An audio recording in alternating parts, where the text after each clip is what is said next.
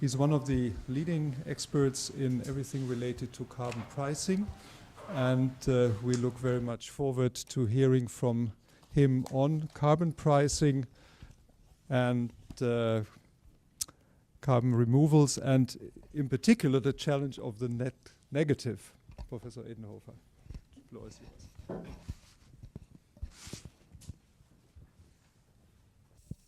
Very much. It is an enormous pleasure to be here and to share some thoughts with you. And as Tanaka mentioned, and also colleagues from Japan like Toshi Arimura, so I'm really passionate about carbon pricing, but I will not talk too much today about carbon pricing. What I want to do today is to convince you that there is now a new phase in climate policy, and we have to establish the third pillar in climate policy, which I call the net negative technologies or the carbon dioxide removal option. And I will do this in 5 very short steps. So I would like to remind us about the climate damages. Then I would say something about how to manage the carbon budget. Then a few words about what kind of CDR technologies do we have at hand. Say a few words about international cooperation, and I will conclude now. I will conclude in this lecture to explain that I believe that we have to design emission trading schemes in a way which enables us to finance net negative emissions. So that these are my 5 points. And I cannot explain everything, but the good thing is there are a few papers available where you can basically then check a little bit more the details. So what I would like to do is, I would like to remind us about why we should be interested in climate policy. And what we have seen so far is that over the last few months, there is a fundamental update in the assessment and in the evaluation of the climate damages. So we have done this, published a paper in Nature a few weeks ago from our institute. Other colleagues from the MIT joined us, basically, where we say that the economy faces up to 90% income reduction under a Bow scenario by 2050. And this basically implies that the social costs of carbon by far exceeding previous estimates. So we are at the social costs of carbon above $1,000 per ton CO2. So this is quite enormous. And if you confront this with the costs of mitigation, so the costs of mitigation are by far much lower. In that sense, it is reasonable to argue that climate policy is, from an economic point of view, a worthwhile investment. But the problem is, so we have to think a little bit more about the future of climate policy. We have 2 conventional pillars in climate policy, which are very well established: mitigation, which is basically emission reduction. And whenever we want to implement an ambitious climate policy, we have to peak emissions very soon, and then we have to reduce them annually by roughly 6%. So this we have never done in economic history. So when we achieve then by mid of the century the zero line, the net zero, so then I argue it's not good enough because we need net negative emissions. Adaptation becomes increasingly important and is already important, because what our climate estimates clearly show is that basically we are committed to very high levels of damages, irrespective of the climate policy, and therefore adaptation remains important. But the third pillar is not very well established. It's even not recognized that it is important. These are the net negative emission trajectory. Why do we need a net negative emission trajectory, and why is basically the net negative option an important component? It is an important component. To make a long story very short, the reason is that given the limiting disposal space in the atmosphere, the limiting disposal space, irrespective if you want to stabilize the temperature around 2 degrees or 1.5 degrees, given the limiting disposal space, we have an oversupply of fossil fuels. The other way around, the majority of fossil fuels has to remain underground. And this is an enormous challenge, because we will devalue the assets of the owners of coal, oil, and gas. And given that fact, I would say every COP is very close to a miracle, because all the people there are not very happy that we are negotiating every year the devaluation of their assets. So the problem here is, over the last decade, we haven't been in a position to reduce the emissions in a way which is consistent, neither with the 2-degree limit nor with the 1.5-degree limit.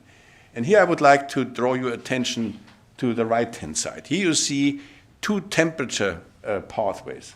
The blue one is where the 1.5-degree pathway is strictly in the limits. If you go here on the left-hand side, you see basically we have to peak today, and then we have to reduce the emissions annually by 10% in order to achieve by mid-centuries a net zero. So I would argue that this is a completely unrealistic perspective. Strictly speaking, the 1.5 is no longer feasible. What is feasible is if we accept some sort of overshoot. This is the blue line. Where we overshoot the 1.5, we can debate to what extent the overshoot is appropriate. And then basically, after a few decades, we should be in a position to bend the curve back to the 1.5. So this is what we call overshoot. And if you look at the blue line in terms of emissions, what does this imply is definitely we can peak a bit later.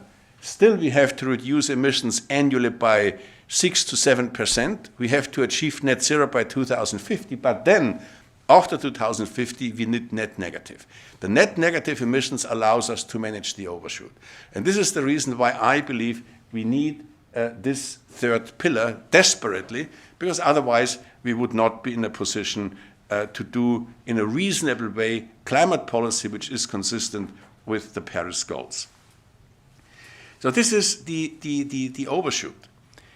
Now, the question is this overshoot really feasible? And I would argue it is feasible if we can expect significant technological progress in the CDR sector, in the carbon dioxide removal sector. So I will explain you a little bit how this sector would look like. But if we can expect significant cost reduction in the future, this would basically mean, so we have now a little bit today flexibility, but then we will pay back, you could say, the carbon debt in the future. With all the debt issue, you need here a hard intertemporal budget constraint. I will talk about this in a minute, but this is something what we can expect. But my argument here is there is no decision if we want to have an overshoot. We are already on an overshoot scenario. The only question is how can we manage the overshoot? So in order to do this, I would like to argue here that what we are talking about in climate policy, let's say transformation of the energy system, 100% renewables and so on, this is no longer appropriate. What we have to do when we think about climate policy, we have to face the challenge that we manage the global carbon cycle, full stop. What we are doing is we are underway to manage the carbon cycle at an industrial scale. So here I basically highlighted what I mean with the different options. The CDR option is absorbing CO2 from the atmosphere via technical filters and to store CO2 underground. It has to be complemented by carbon capture and storage and by carbon capture and usage. But in the end, so to say, this is what we do with this management of the global carbon cycle. I cannot go into the details because I have to stick to my time limits, but just to say that when we basically think about sustainability in the future and we think about a climate policy which is consistent with the Paris Agreement, it's all about management of the carbon cycle. So what are the technologies? We have already conventional CDR options available. Afforestation, reforestation, soil carbon sequestration, durable harvested wood products. So this is what we are already doing. But this is good, but it's not good enough. So we have to think about biochar, a combination of bioenergy plus carbon capture and storage, which is called BECCS, ocean fertilization, ducts, which is a technical filter technology absorbing CO2 from the atmosphere, using some of this atmospheric CO2 for synthetic fuels, and some should then be stored underground, and you can create net negative enhanced rock weathering. Now, this is these are the options. What we did at the Potsdam Institute, we tried to figure out, so to say, what kind of portfolio is important, and also how this portfolio would vary according to the different regions. So admittedly, this is not a map which takes into account geopolitical risk. It's just a map which takes into account the comparative advantages of the different world regions for these different technologies. So the reason why, for example, why enhanced weathering is very much should be deployed in Latin America, this has a lot to do with, or in Southeast Asia, with humid weather. But the basic message is here, carbon removal potential and relative competitiveness of CDR vary by region, and many regions can benefit from this. Developing a diverse portfolio of CDR option enables all countries to deploy significant quantities. Globally, we are talking about sequestration of CO2 between 5 to 10 gigatons per annum by the mid of the century. And a diverse portfolio increases CDR availability while reducing the reliance on individual options. We should not rely on one option, we should rely on many options, because all these options have its own limitations, like the combination of BECS. So if you look at this map, then you see basically reforestation is particularly beneficial in tropical regions where forests sequester more carbon per hectare than in cooler regions, and therefore the greatest potential exists in Latin America, Africa, and so on. Now, so far, so good. So I think this is basically setting the scene that how important the CDR is, and I hope I have convinced you that at least in principle, CDR is an important third pillar for future climate policy. But let me highlight another aspect, which seems to me is quite important. When we talk about the CDR, CDR has a potential to enhance international cooperation. And let me explain a little bit how I would frame climate policy. Climate policy is the mother, from my point of view, of all cooperation problems. Why?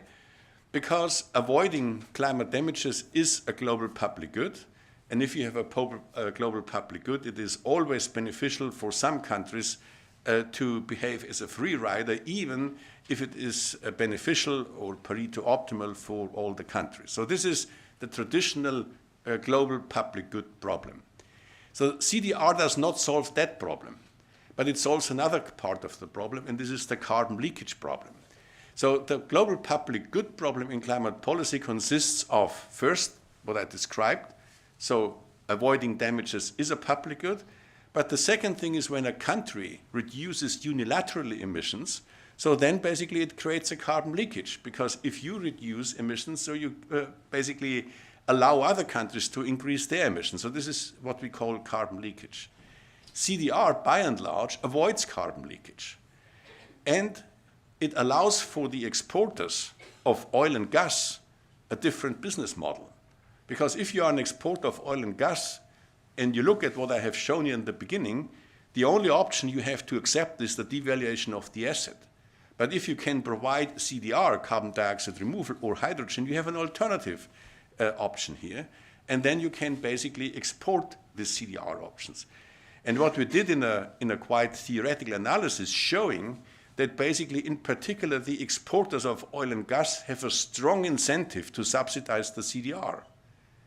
In contrary, fossil fuel importers like the European Union, we have a strong incentive to tax oil and gas and capture the resource rents.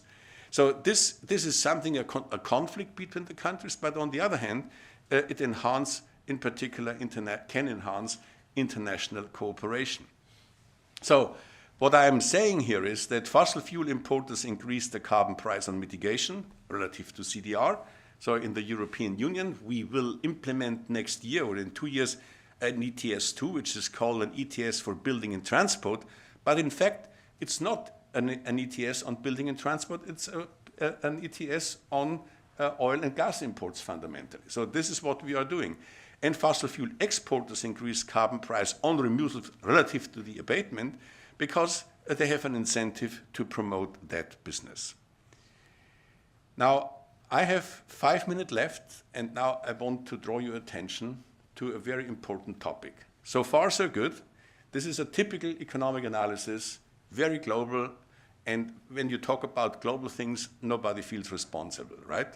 So I want to talk now about the European Union, and I would like to make an argument here at the end of my presentation that I think the CDR option is institutionally a case for a European carbon central bank.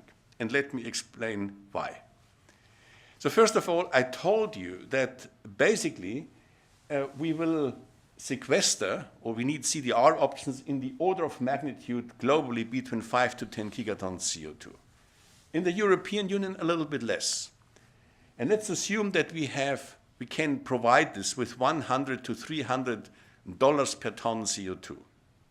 And here I would like to push the pause button, because here I have to explain one important thing. We have two fundamental principles in climate policy. One is the polluter pay principle. If somebody emits, it has to pay. It has to pay for the emissions, polluter pay. Of course, you could also, for the economists, you can think about the Coasian bargaining, but in the end, you will price emissions in one way or another. But if it comes to the carbon sinks have to be rewarded. You need subsidies for the carbon sinks because there is no inherent business model for carbon sinks. You have to pay for this.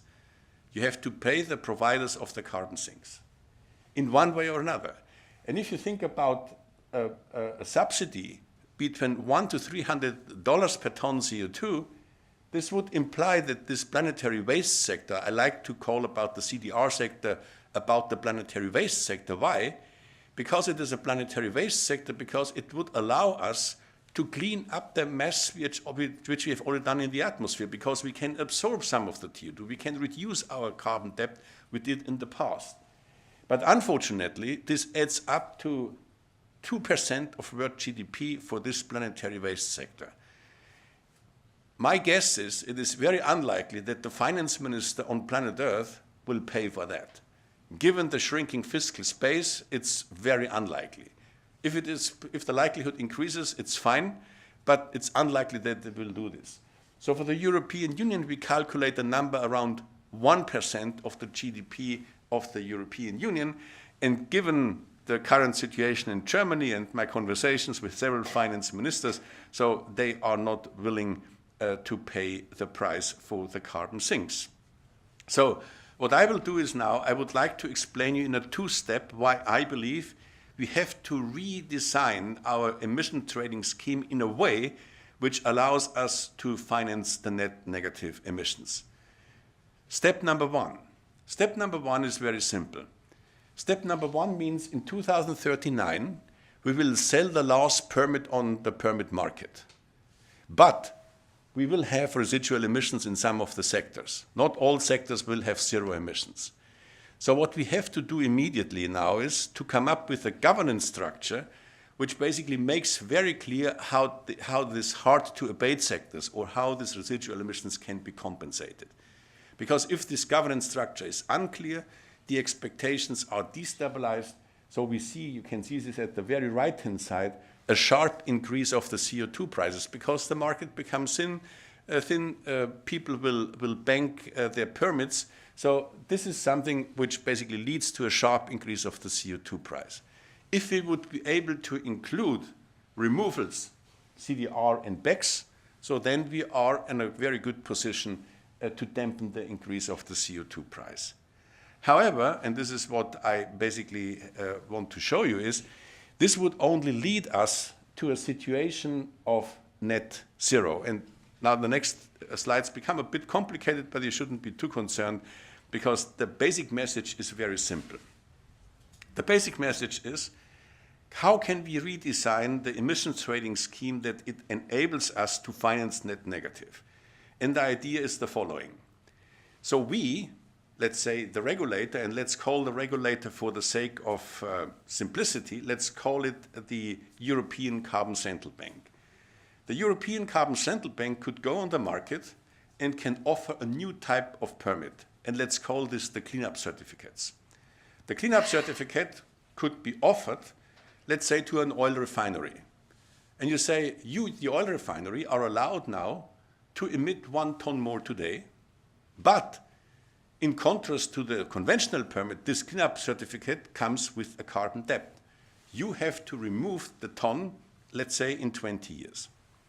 So this is a cleanup certificate, which it has 2 components, the permission to emit and a carbon debt in the future. Now, there are 2 challenges. The first challenge is how to avoid mitigation deterrence, and the second challenge is how to avoid strategic bankruptcy. So the first thing is simple. So the oil refinery has to pay a collateral to the European Carbon Central Bank. If in 20 years the oil refinery removes it successfully, so it will get back the collateral, and then basically, if not, then basically it remains in the accounts of the central bank, and the central bank can then buy a new permit. So that's basically the idea. How to avoid mitigation deterrence, which basically means that we rely just on the future debt. This can be done to remove some of the conventional permits from the market and then basically to deal with that. And why can we do this? Because the additional flexibility leads, ceteris paribus, to a decline of the carbon price. And then basically with the same level of the carbon price, we can afford a much more ambitious target. So I will skip this because this is in the papers and it's basically the same message. But what I would like to say here is that this is, from my point of view, the new structure. So we have now emitters, in particular in the oil and the gas sector, and offering them a cleanup certificate, it's a completely voluntary contract. And the oil refinery will only accept such a contract when the oil refinery expects a fundamental decline of the costs in the future. And the European Carbon Central Bank serves as a lender of last resort to make sure that there is a hard intertemporal budget constraint. So what we can do with that, we can control the overshoot directly, we can address the commitment problem, and at the same time we can create a CDR market which allows us to scale up these CDR options. There are challenges, distributional consequences, a potentially weak mandate of the bank, unpriced land use emissions, and a lack of democratic legitimacy. So I think this can be done. 1 minute, this can be done and can be addressed. And then I am now at the end of my talk. I would like to say the following things. First of all, CDR is an important third pillar. We need to clean up the atmosphere. And the third pillar should be, in Europe, we should start with the third pillar in implementing a new type of certificate in the combination with the European Carbon Central Bank. Thank you very much.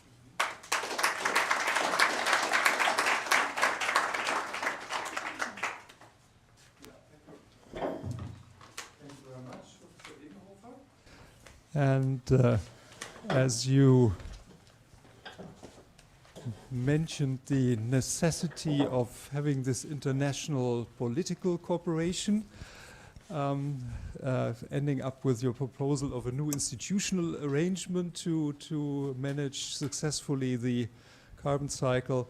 It's very, very, very nice that we have the second keynote speaker, Bernard Simon, who he comes from political science, diplomacy, but also with experience in the financial sector and in public policy consulting. He is associated with the Egmont Institute, which is a academy for formation of diplomats.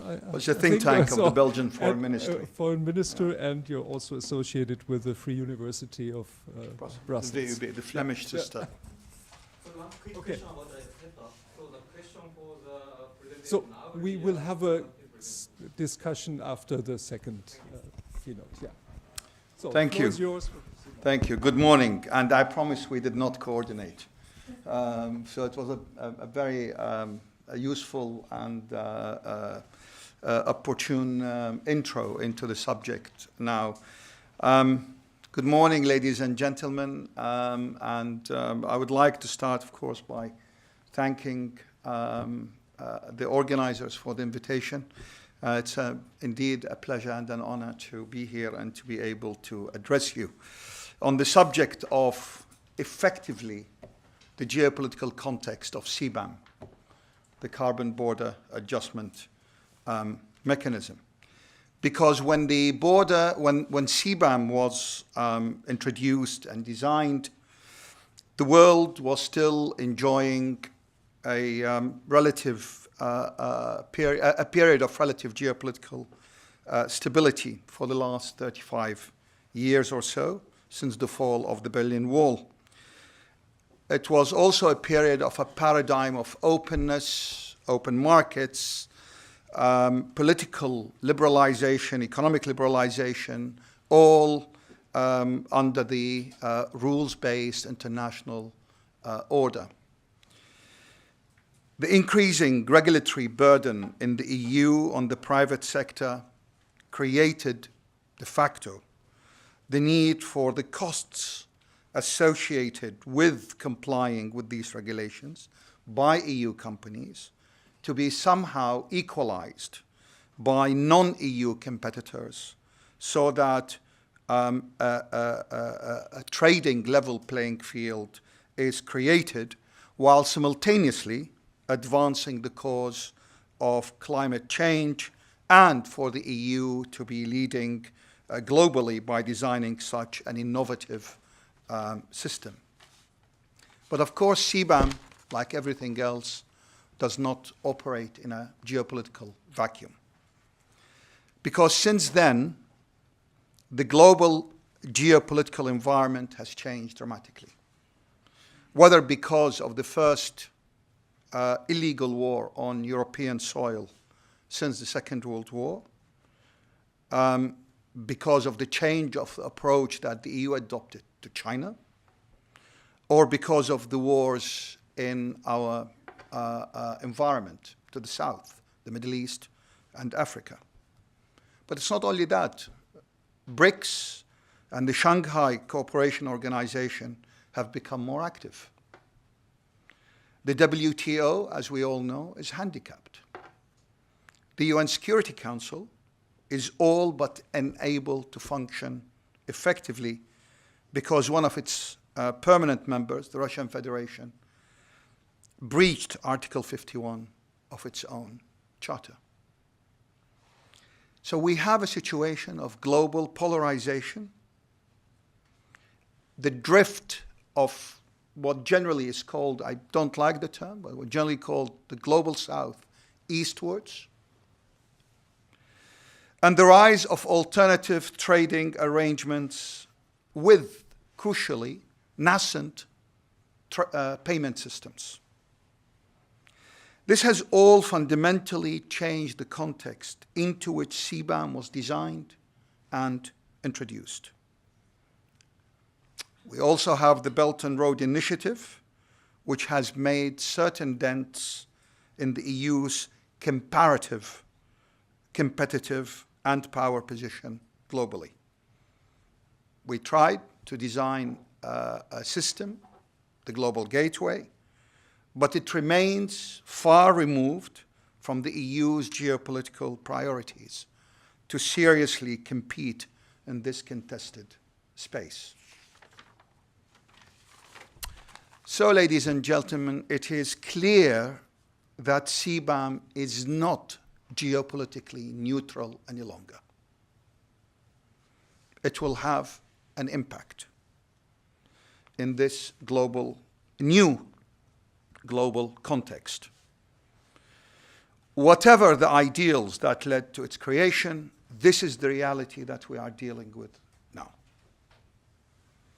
It may, in fact, turn out to be one of the more important but less observed developments for the EU's geopolitical position globally, but not as seen through the geopolitical prism, through the green transition-focused EU, but as seen through the geopolitical prism of the EU's different partners and by the global south. how CBAM will impact relations, but also the economies of the global South, is a key geopolitical issue of the first order. Let's not forget, we will need votes in the United Nations General Assembly. And so the impact on relationships with the global South will have a key diplomatic impact on the EU. China has been very good at it, garnering votes in the global South within the EU bodies, whether it is in the General Assembly or in the standard-setting organizations.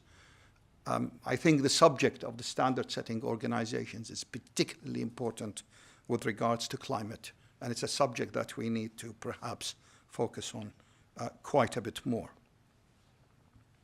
There is, in other words, a disconnect in motivation and focus between the EU's drive towards net zero and creating a trading level playing field, on the one hand, and the motivation and focus of the EU's potential and existing strategic partners, and the global South on the other.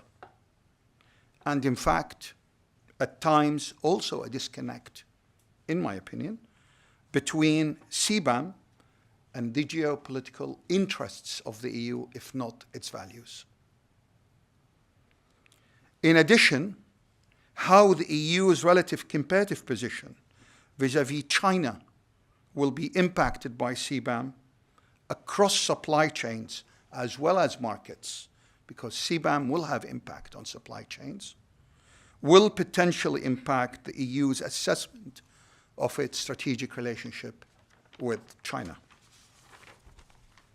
That brings us to the EU's three concentric circles that grade partners, which in my opinion is a good starting point to gauge CBAM's geopolitical impact and what mitigating measures can be taken in order to ensure its operational success.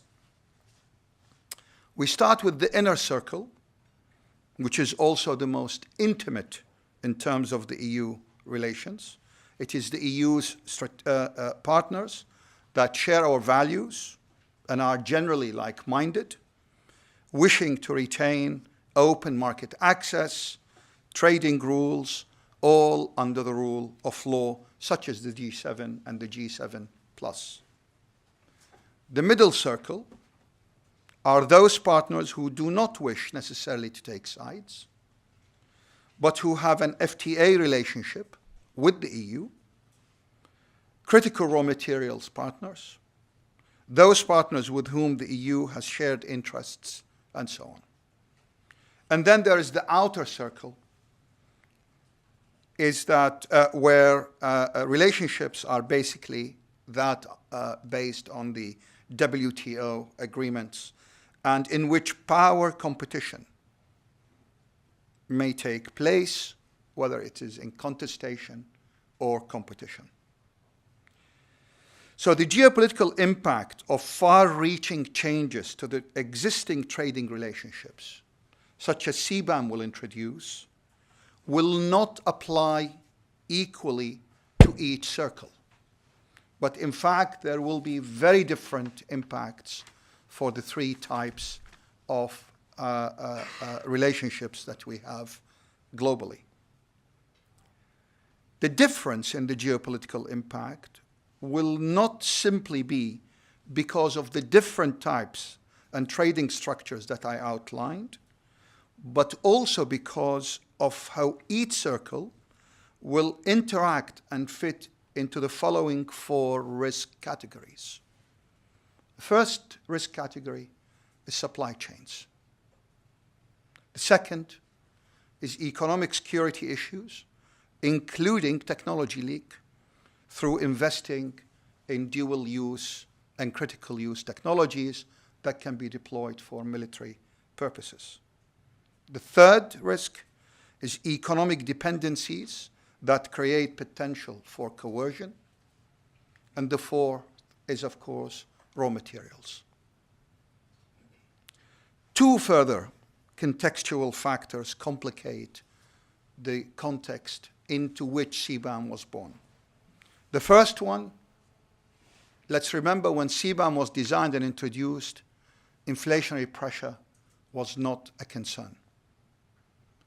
Inflationary pressure now is structural because shortening supply chains is structurally inflationary.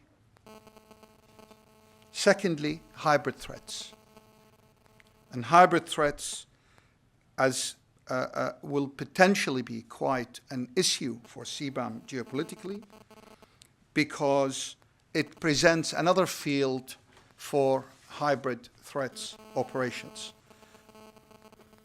Hybrid threats, by their very nature, mean that our democratic processes can come under threat, can be undermined, and therefore, within the context of the single market, it is very important, of course, to note that the single market, in this respect, will be only as strong as its weakest link. And therefore, the issue of hybrid threats may become quite important in the context of introducing CBAM. The conclusion, therefore, is clear. CBAM and other measures impacting trade and climate, in my opinion, must be preceded by geopolitical assessments, just like the ones we do for environmental assessment studies, economic assessment, and so forth. Therefore, it is, again, in my view, urgent that a geopolitical assessment of CBAM and its impact is undertaken. When circumstances change, we must adapt. For survival is not just for the fittest, it is for the most adaptable. And the geopolitical context, as I mentioned, globally, has fundamentally changed from the time when CBAM was designed and introduced. For CBAM to succeed now, in the context of the EU's overall values and interests, to achieve its objectives, as well as those of the broader aims, strategic aims of the EU, and we can't ignore these any longer, it must adapt to this new geopolitical reality and move beyond the silos of trade and climate within our institutions into the broader geopolitical values and interests of the EU. To do that, the EU will have to articulate its geopolitical interests. Thank you.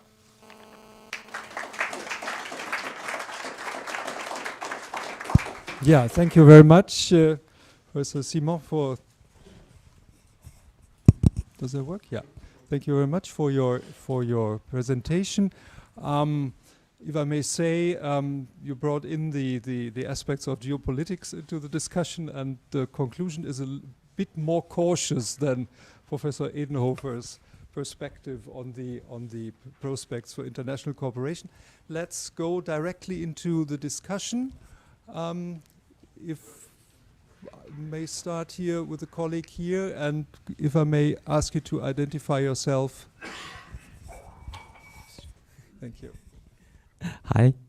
Yeah, my name is Hidemichi Onezawa, and I'm a senior economist at the OECD. And I'm not an expert of integrated assessment model, but I'm an expert of the economic simulation modeling, focusing on climate policies. And nevertheless, I read like the stuff of the integrated assessment model as a relative field. So I might have missed in your presentation, but maybe you didn't mention like a big uncertainty about the cost of this carbon dioxide removal, and I mean in a very large scale. And in the extreme, that can be even like the not really feasible. So in a way, I think as an economist, that basically like infinite cost, or maybe it's not infinite, but maybe like 1,000 euro per ton of CO2. And then with such a big uncertainty, bringing such a thing to the, let's say, some European Central Bank or whatever, that seems quite dangerous. I have a big concern about it. So yeah, thank you. Yeah, thanks for the question. I didn't mention uncertainty explicitly, but of course, the whole thing, what I'm proposing is taking into account the uncertainties about the future costs explicitly. And I tell you why. Because this cleanup certificate is a voluntary contract. It is a voluntary contract, and basically an oil refinery will only accept such a contract if it can expect future cost reduction. So, and then basically we use the market to get more information about the expectations about the future technology. And this is not a large-scale thing. It can be done very gradually, and I fully agree with you. We don't know exactly the costs, but at least we need a market to get more information about the costs, and we should do this in a gradual way.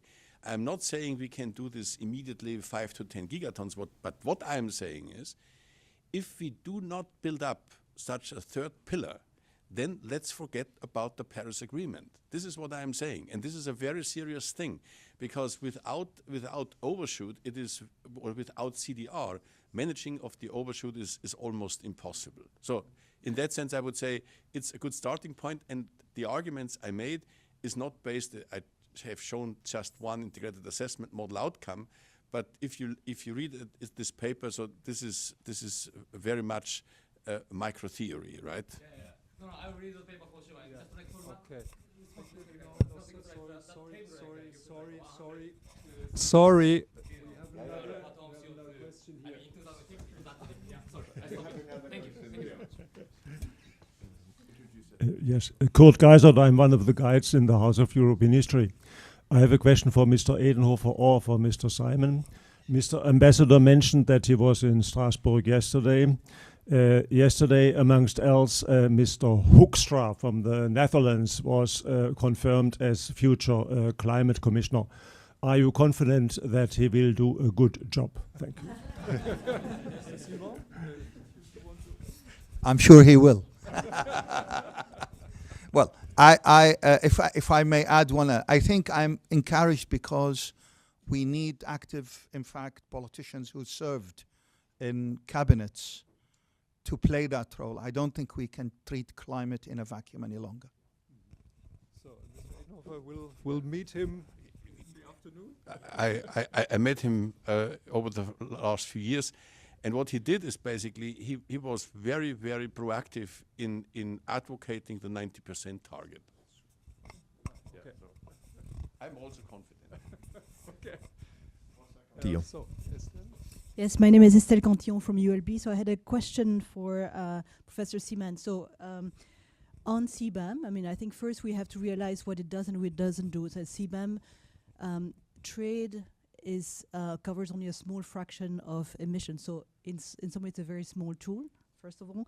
But it has already yielded some positive effects. You know, Turkey has decided to go to an ETS, South Korea has gone. So we also should just look at the good sides. But I had two considerations that you didn't mention in your talk that I feel are important for the geopolitics of CBAM. First of all, intra-firm trade represents about 50% of trade. And so in some ways, it's not that we are harming these companies in the global south. Some of them are just subsidiaries of firms headquartered in Europe. So there's two ways to think about this. Either you use CBAM or we force over all of our headquartered companies in Europe to go with this SBTI targets, so that they need to decarbonize all of their entire. And so I'd like to hear which ones would be better in terms of geopolitics.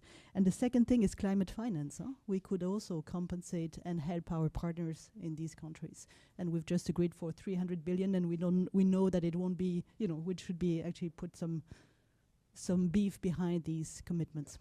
So this is the European view from Brussels.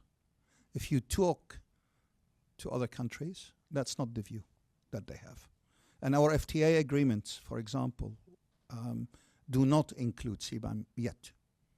And I'm curious, and every time I ask the institutions what will happen when we introduce CBAM and these FTAs will reopen, they say we'll try to convince them well, good luck.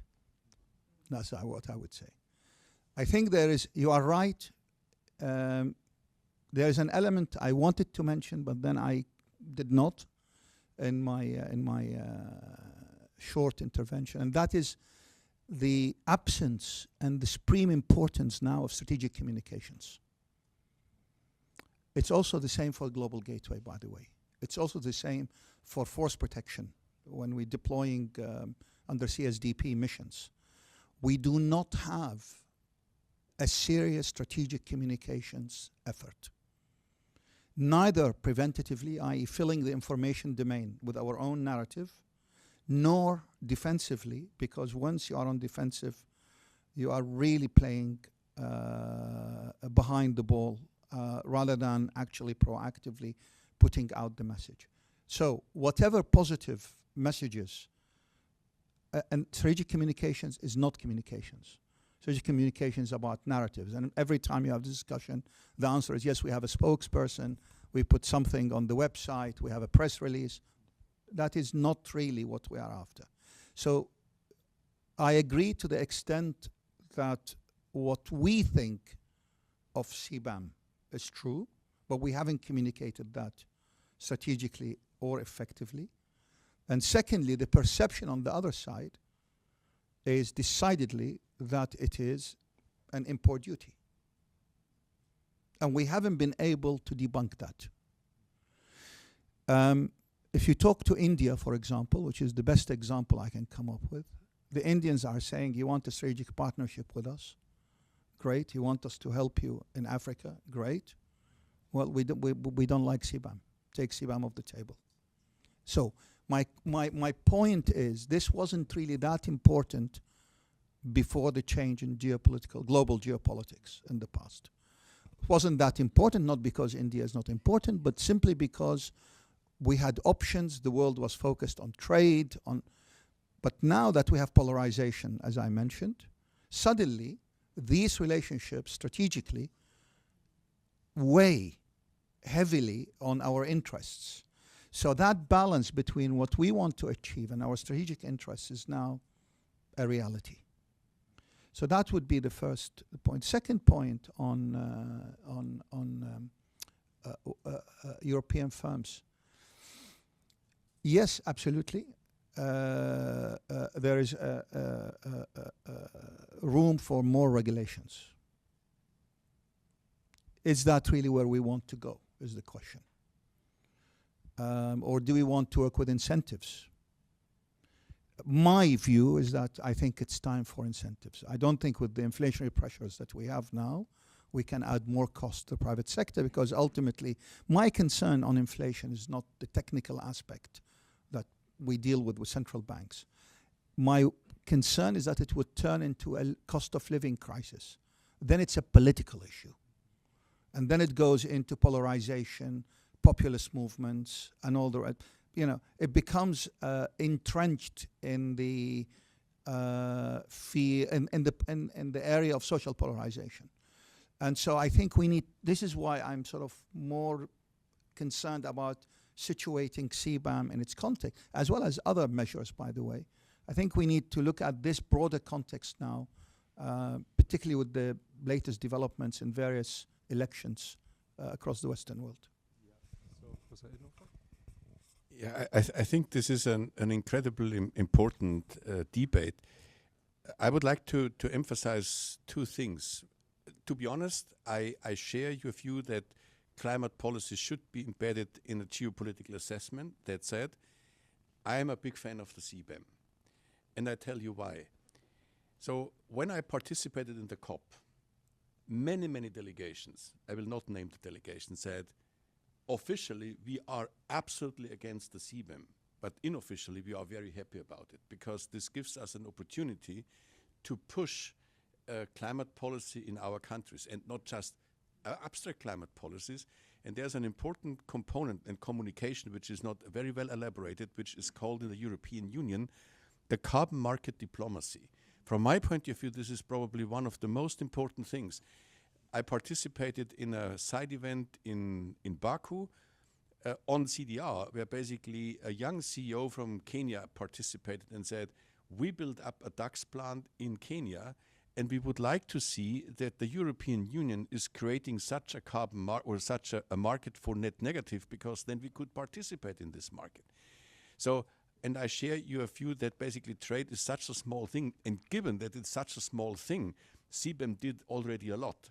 And I think we should use this and say one way to avoid CBAM is facilitating, enhancing the carbon market diplomacy, and this is very much in line what you are saying about the strategic communication. The last thing what I would like to mention is about inflation.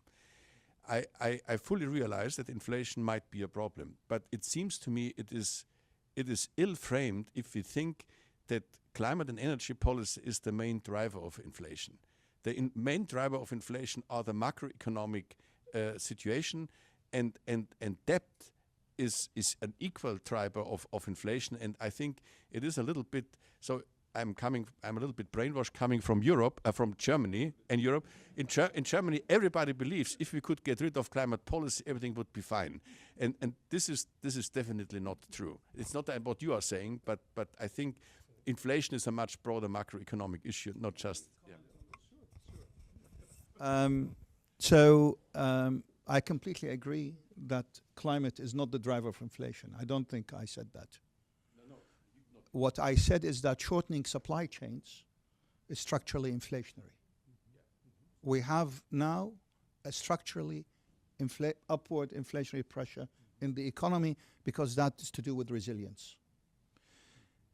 What I said was that all climate and trading measures will have to also be assessed against their inflationary fact. Not that they are necessarily the driver, but if they are perceived, as they are in Germany, to be a key factor, we have a problem, because then you have disinformation campaigns, then you have all kinds of hybrid threats that actually lead to polarization of society and the rise of populist parties. Yeah, thank you very much. Other questions from the public? Oh, so one of the ladies, and you have to leave. Yeah. Yeah. So just very quick last question. So Kathleen Schubert, Paris School of Economics. I wanted to ask you, Professor Indenhofer, what do you think of the Baku discussions about voluntary markets, Article 6, and so on? Does it go in the right direction, or is it nothing for you? How do you? I have to say I'm not a big fan of the voluntary carbon markets. I think the voluntary carbon market can create a lot of harm. Let's assume that they fixed this, and I'm not sure if they have really fixed this, because it's very hard to understand what is the real agreement on that. I think voluntary carbon market could play a role if they would really finance high quality removals, but the low quality removals and non-permanent removals, I think probably the voluntary carbon market is not the big thing. I discussed therefore the CDR option in the context of compliance markets. I believe strongly in compliance markets, and then we can think about the complement and think how we can basically allow some credits there. But basically, I think the compliance market should be the driver of the whole thing. Last question. Yes. But yeah, I think short we're. question. No, I mean, I think it's a bit along the lines of what you just said on how what is the interaction between the CDR instrument and the ETS2 that you said is already going to be a tax on oil and gas, essentially, or yeah, and so. Are you suggesting that it replaces this, that it's linked to it to provide? Yeah. So what is the interaction? No, I think the ETS is fine. It's just so it's yeah, but it could be very good and has some geopolitical implications, because it is pricing. We should never say taxing, because we get a lot of problems with the lawyers. But pricing oil and gas, and I think that's the main thing, and that's a good thing. Yeah. Oh, I think we have to stop here, because Professor Indenhofer has to leave. I would like to thank the two speakers for their very interesting contributions, and thanks for the public and the questions that we get from the public. Close the session. We have a coffee break.